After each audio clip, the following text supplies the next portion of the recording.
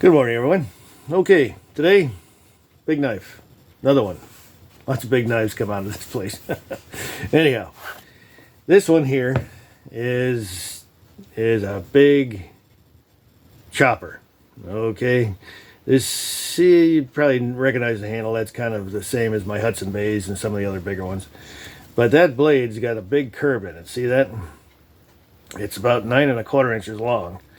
And it's got that flat part right here. Now that's a type of a style from the old days. But also it serves a purpose as to when you go to put it back into the sheath, it doesn't cut the hell out of the end of the inside there, which it would do if you left it at a curve.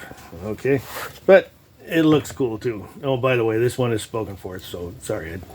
Anybody's interested in a knife, please join my wait list. I mention that every time I make a video, and or call me at the shop. We could take a phone order. And again, I have a huge backlog, so please be patient. Anyhow, so as you can see, those leveless bolts, very heavy duty, not exactly traditional, but very cool. I have a Hudson Bay that I have to make here at some point. And the gentleman wanted to make a change to the handle. Now, he liked those there, but it's not exactly traditional for the rendezvous events that he goes to. So what I'm doing actually is putting in 6 brass pins, which would be more of a traditional attachment for a handle, and of course no lanyard hole. But this one's a little different. Okay, so the only purpose for a knife like this is for chopping. Okay, it's just a big honking knife, and it's got a lanyard hole, which is a good idea because you go to swing it and out all back ways, forward, whatever, cut your leg off. Not a good thing. So as you can see also, this is forged from an old farrier's rasp, horseshoe rasp. Okay, these about 1095 steel, really tough. I've done some torture tests on this. I mentioned this in the past too. There's a couple extra steps to making that type of steel, the file steel, work properly, and it's a tough. I've actually taken a heavy hammer to a piece that I tested here and tried to snap it, and I honestly couldn't do that. So well, within reason anyway.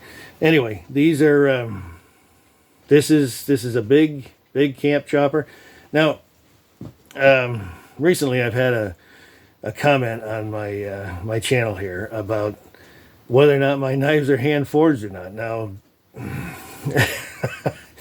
that was a good point, actually. There are people out there, different companies, that make their blades look like they're hand forged. Okay, they not trying to knock anybody. It looks cool, I guess, but for people that know what to see and to what it look like, the pattern is consistent, and it's put in a die and a power hammer, and it's pounded out to make it look hand forged. I don't do that. Okay, I think I've made that quite clear in the past on my videos. Even this one. Okay, now of course I've kept all the file marks on there. So you think, well, I can't forge it. Well, I do. I first grind the teeth off, especially on that side. Okay, and I think I've talked about that before also. You grind the teeth off to a certain degree because when you go to forge it and pound it down, it turns into these fish scales looking, and it looks like hell, and I don't like that. But anyway, I grind a little bit of the other side down a little bit too, but everything is kept on there. And of course, again, I hand forge all the knives regardless of what steel I use, but in particular the bevels. Okay, these have to be pounded down, and what happens when you do that is it makes the grain more dense in that area, and consequently making the steel tougher and the grain structure tight, which is incredibly important for toughness and edge holding ability.